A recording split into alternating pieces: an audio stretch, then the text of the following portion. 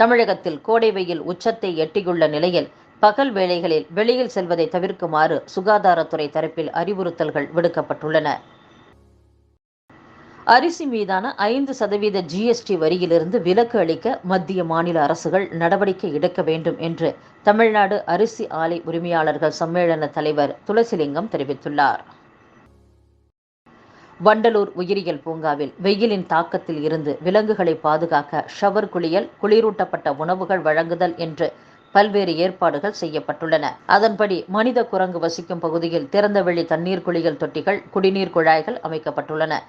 விலங்குகளின் சூட்டை தணிக்கக்கூடிய பழங்களான தர்பூசணி, கிர்னி பழம், இளநீர் அனைத்தும் சேர்க்கப்பட்டு அவற்றை குளிர்சாதன பெட்டியில் வைக்கப்பட்டு வழங்கப்படுகின்றன. நாகை, இலங்கை இடையே மே 13ஆம் தேதி முதல் மீண்டும் பயணிகள் கப்பல் போக்குவரத்து தொடங்க உள்ளது.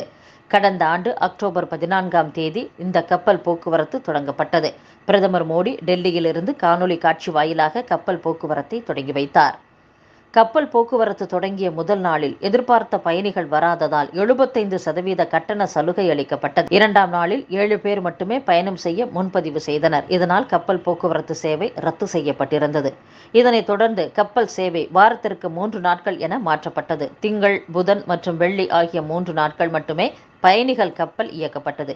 எனினும் பயணிகள் வருகை குறைந்தே காணப்பட்டதால் இந்த கப்பல் போக்குவரத்து அக்டோபர் 20ஆம் தேதியுடன் நிறுத்தி வைக்கப்பட்டிருந்தது. இயற்கை சீற்றம் குறைந்தவுடன் மீண்டும் பயணிகள் கப்பல் சேவை ஜனவரி மாதம் தொடங்கப்படும் என்று அறிவிக்கப்பட்டது. இதனிடையே நாகப்பட்டினம், இலங்கை இடையே குறைந்த கட்டணத்துடன் கூடுதல் எடை, அதாவது ஒரு நபர் 110 கிலோ கொண்ட பொருட்களை எடுத்துச் செல்லும் வசதி கொண்ட கப்பல் இயக்க வேண்டும் என்ற கோரிக்கை எழுந்ததை அடுத்து தற்போது மீண்டும் துவங்கப்படவுள்ளது.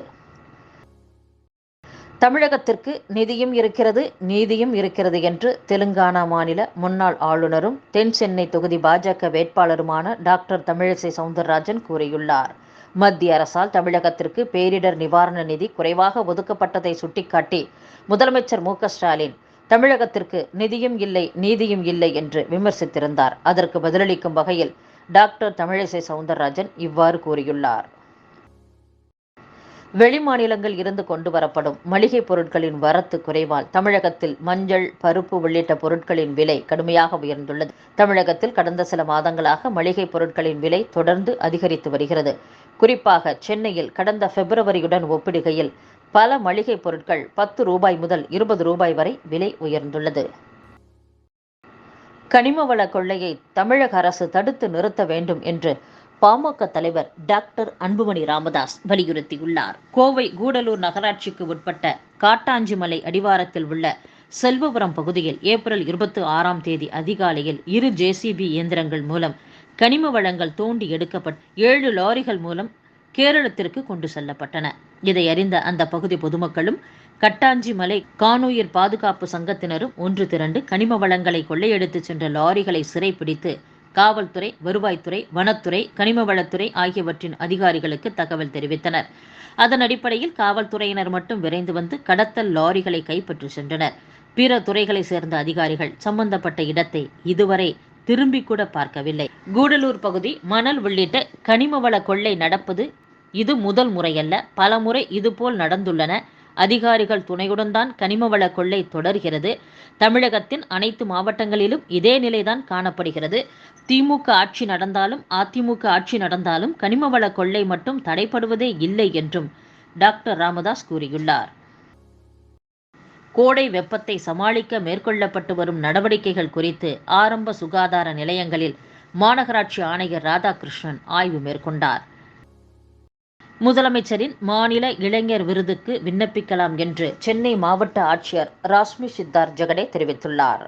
சமுதாய வளர்ச்சிக்கு சிறப்பாக சேவையாற்றும் இளைஞர்களின் பணியை அங்கீகரிக்கும் வகையில் முதல்வரின் மாநில இளைஞர் விருது ஒவ்வொரு ஆண்டும் சுதந்திர தினத்தன்று 15 முதல் 35 வயது வரை உள்ள 3 ஆண்கள் 3 பெண்களுக்கு வழங்கப்பட்டு வருகிறது. விருதுடன் 1 லட்சம் ரூபாய் ரொக்கத்துடன் பாராட்டு பத்திரம் மற்றும் பதக்கம் ஆகியவையும் வழங்கப்படும். ஜம்மு காஷ்மீரின் உத்தம்பூர் மாவட்டத்தில் பயங்கரவாதிகளுடன் நடைபெற்ற மோதலில் கிராம பாதுகாப்பு படையைச் சேர்ந்த ஒருவர் கொல்லப்பட்டுள்ளதாக அதிகாரிகள் தெரிவித்துள்ளனர். இந்த சம்பவத்தை தொடர்ந்து பயங்கரவாதிகளை தேடும் பணியில் பாதுகாப்பு படையினர் ஈடுபட்டுள்ளனர். அரசமைப்பு சட்டத்தின்படி வழங்கப்படும் இடஒதுக்கீட்டுக்கு RSS எப்போதும் ஆதரவளித்ததாக அந்த அமைப்பின் தலைவர் மோகன் பாகவத் தெரிவித்துள்ளார். பாஜகவும் RSSம் இடஒதுக்கீட்டுக்கு எதிரானவர்கள் என்று காங்கிரஸ் உள்ளிட்ட எதிர்க்கட்சிகள் விமர்சித்து வரும் நிலையில் அவர் இவ்வாறு தெரிவித்துள்ளார். கேரளத்தில் மக்களவைத் தேர்தலில் ஏற்பட்ட மோசமான நிர்வாக சீர்குலைவு குறித்து தேர்தல் ஆணையம் விரிவான விசாரணை நடத்த வேண்டும் என்று காங்கிரஸ் வலியுறுத்தியுள்ளது. மேற்கு வங்கத்தில் மக்களவைத் தேர்தலில் பாஜக வெற்றி பெற காங்கிரசும் மார்க்சிஸ்ட் கம்யூனிஸ்ட் கட்சியும் உதவுகின்றன என்று அம்மாநில முதலமைச்சரும் திரிணாமுல் காங்கிரஸ் கட்சி தலைவருமான மம்தா பானர்ஜி குற்றம் சாட்டியுள்ளார். சீனாவுடனான இந்தியாவின் பேச்சுவார்த்தைகள் சுமூகமாக நடைபெற்று வருகின்றன. அந்நாட்டுக்கு இந்தியா ஒருபோதும் அடிபணியாது என்று பாதுகாப்புத்துறை அமைச்சர் ராஜ்நாத் சிங் தெரிவித்துள்ளார். இந்திய எல்லையில் பெரும் பகுதியை சீனா ஆக்கிரமித்து விட்டதாகவும் இதை பிரதமர் மோடி தடுக்கவில்லை என்றும் காங்கிரஸ் MP ராகுல் காந்தி குற்றம் சாட்டி வரும் நிலையில் அமைச்சர் ராஜ்நாத் சிங் இவ்வாறு தெரிவித்துள்ளார்.